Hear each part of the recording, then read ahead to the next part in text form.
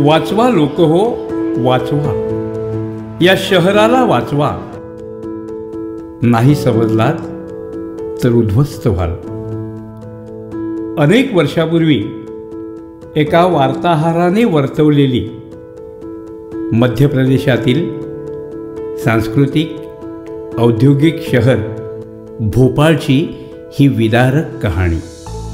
टोलेजंग इमारती, मध्यवर्ती रेल्वे स्थानक, झोपडपट्टी आणि त्या मधोमध उभी असलेली युनियन कार्बाइड ही कंपनी. दिनांक 2 डिसेंबर 1984. नेहमीप्रमाणे सारे ऑलवेल होते. युनियन कार्बाइड या कंपनीत शेकडो कामगार रात्रपाळीसाठी रुजू झाले. एव्हरीडी बॅटरी, वेल्डिंग मशीनसह शेतीसाठी विविध उपयुक्त केमिकल्स या उत्पादनासाठी कंपनी MIC म्हणजे मिथाइल आयसोसायनाइड ह्याचा वापर करीत असे. विदेशातून मागवले जाणारे MIC साठविण्यासाठी 3 भूमिगत टाक्या होत्या. त्यापैकी 2 टाक्या 50% भरणे व 1 टाकी रिक्त ठेवणे, तसेच प्रेशर स्थिर ठेवण्यासाठी टाकीत नायट्रोजन भरून ठेवणे क्रमप्राप्त होते व त्याप्रमाणे सारे सुरळीत चालू होते. 2 डिसेंबरच्या रात्री MIC टाकीच्या पाईप स्वच्छतेसाठी प्रेशरने पाणी सोडले गेले, परंतु पाईपच्या चुकीच्या मांडणीमुळे सुमारे 500 लिटर पाणी MIC साठवलेल्या E610 टाकीत गेले आणि MIC व पाणी यांच्यातील संयोगाने रासायनिक प्रक्रिया होऊन अत्यंत विषारी वायू टाकीत तयार होऊ लागला. त्याचे प्रेशर इतके प्रचंड होते की भूमिगत टाक्यावरील स्लॅबही तडकले.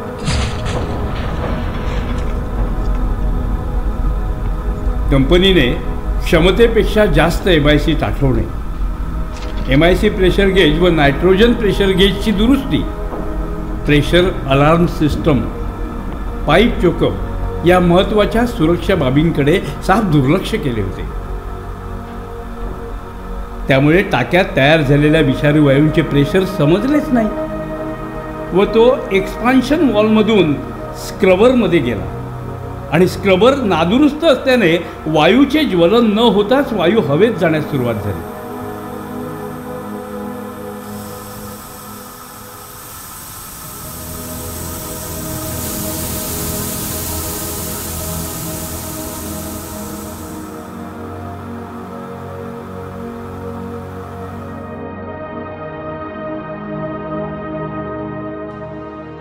दिनांक 3 डिसेंबरच्या पहाटे सुमारे 40 टन विषारी वायू संपूर्ण भोपाळ शहरभर पसरला व सर्वत्र हाहाकार माजला. नागरिकांचे डोळे जळजळले, छातीत दुखणे व खोकल्याने नागरिक बेजार होऊ लागले. हवेत पसरलेला वायू कोणता आहे व किती विषारी आहे याचे परीक्षण डॉक्टरांनाही नसल्यामुळे प्रथमोपचाराबाबत तेही संभ्रमातच होते. तातडीने भोपाळ शहरात येणारे सर्व रस्ते बंद करण्यात आले.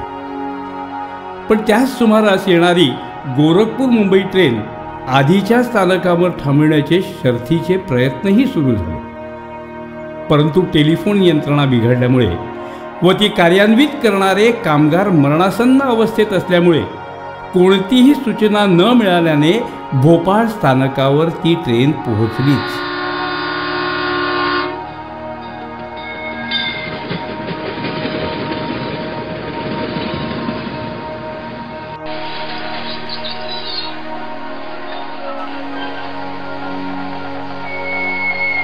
ट्रेन लगेचच पुढच्या स्थानकासाठी रवाना होणार अशा अनाउन्समेंट नंतर अनेक भोपाळवासियांची ती ट्रेन पकडण्यासाठी झुंबड उडाली.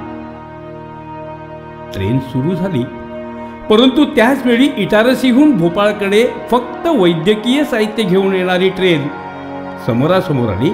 पण लाईनमनच्या सतर्कतेमुळे मोठा अनर्थ टळला. दोन्ही ट्रेन्स सुखरूप मार्गस्थ झाल्या.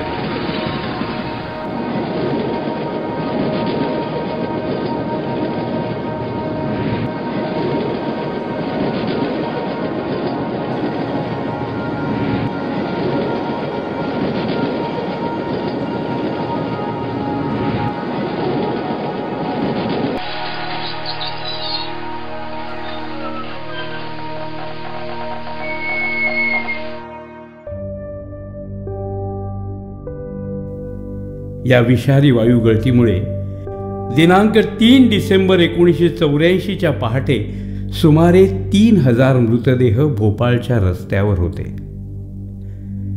तर काही दिवसातच सुमारे 15,000 नागरिकांनी आपला प्राण गमावला. जे जिवंत होते ते अंधत्व, कॅन्सर, त्वचारोग यासारख्या यातना आजही भोगत आहेत. केवळ कंपनी व कामगारांनी सुरक्षेबाबत केलेला हलगर्जीपणामुळेच ही दुर्घटना घडली यात तिळमात्रही शंका नाही. भरपाई, न्याय हे शब्द त्यांचे उद्ध्वस्त झालेले आयुष्य सुधारतील? नक्कीच नाही. पण 1985 साली औद्योगिक सुरक्षा कायदा पारित झाला व अशी घटना आजपर्यंत घडली नाही. म्हणूनच जगातील सर्वात मोठी औद्योगिक दुर्घटना भोपाळमधील युनियन कार्बाइड या कंपनीत घडली ही नोंद आज अबाधित आहे व ती तशीच राहू दे. 40 वर्षापूर्वी घडलेल्या या कटू प्रसंगातील भोपाळवासीय आजही न्यायाच्या प्रतीक्षेत आहेत. हे विघ्नहर्त्या, त्यांना जगण्याचे बळ दे ही आम्हा मोठेगर वर्तक कुटुंबियांची मनोमन प्रार्थना.